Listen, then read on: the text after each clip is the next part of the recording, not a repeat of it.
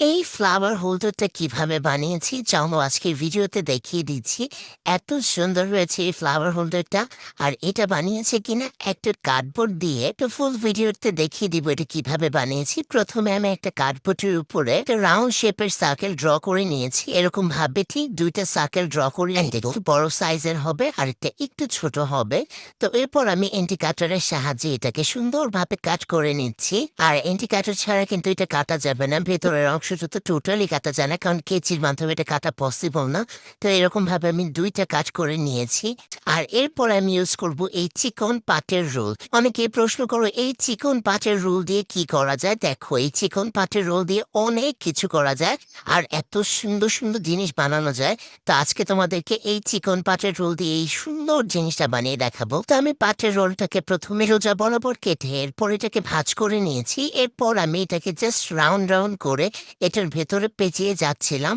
And এভাবে আমি ফুল সার্কেলটা আমি এরকমভাবে কমপ্লিট করে ফেলবো। আর যে জায়গায় আমার প্রয়োজন সেখানে আমি গ্লুগানের স্টিক ইউজ করে এটাকে লাগিয়ে দিব। এরপর এরকমভাবে আমি ঠিক দুইটা রো কমপ্লিট করে নিয়েছি। এরপর আমি যেটা করব, আমি স্কেলের সাহায্যে এরকম 2 ইঞ্চি করে করে 7টা কার্ডবোর্ড কেটে নিয়েছি। আর এরপর আমি যেটা করব, চিকন পাটের সুতাটাকে আবারও সুন্দরভাবে জাস্ট পেঁচিয়ে যাচ্ছিলাম। যাই হোক, তোমরা যারা এখন পর্যন্ত আমার ভিডিও দেখছো অবশ্যই আমার ভিডিওতে লাইক করতে কমেন্ট করতে ভুলবে না। আমি তোমাদের জন্য এত কষ্ট করি, তোমরা যখন দিন শেষে একটি সুন্দর কমেন্ট করো, তোমাদের কমেন্ট দেখে আমার মনটা অনেক বেশি ভালো হয়ে যায়। যাই হোক, তোমরা এখন দেখতেই পাচ্ছ এরকম ভাবে লম্বালম্বি করে 4টা আমি যে নেওয়া বোর্ডগুলোকে পেঁচিয়ে নিয়েছি। এরপর আমি জাস্ট এটাকে দেখছিলাম যে কিভাবে আর কি লাগাতে হবে। এরপরে আমি জাস্ট গ্লু গানের সাহায্যে এটাকে একটা একটা করে স্টিক করে দিচ্ছিলাম। স্টিক করে দেওয়ার পর দেখতেই পাচ্ছ যে এটার ফিনিশিংটা কতটা সুন্দর লাগছে। এটা কিন্তু এখন দেখতে অনেক বেশি ভালো লাগছে। এরপর আমি যেটা করব, উপরের অংশটা যেহেতু ফাঁকা থাকে, এই জায়গাটা যাতে কোনোভাবে খুলে না যায় এর জন্য আমি জাস্ট পাটের রোলটাকে পেঁচিয়ে নিচ্ছিলাম।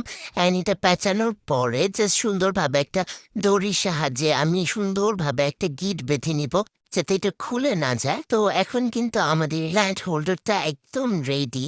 আর আমি এটা নিচের সাইডটাতে একটু করে রুগান দিয়ে নিচ্ছিলাম যাতে এটা কোনোভাবে না খুলে যায়। যাই হোক, এটা হচ্ছে এটার ফাইনাল লুকটা। কেমন লাগছে অবশ্যই কমেন্ট করে জানাতে ভুলবে না।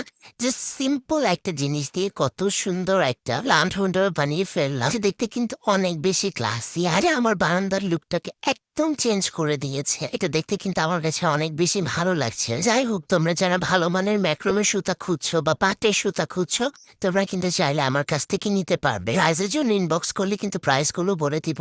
যাই হোক, সবার ভালো থাকবে, সুস্থ থাকবে। নতুন আরো ভিডিওর জন্য ওয়েট করবে। আল্লাহ হাফেজ।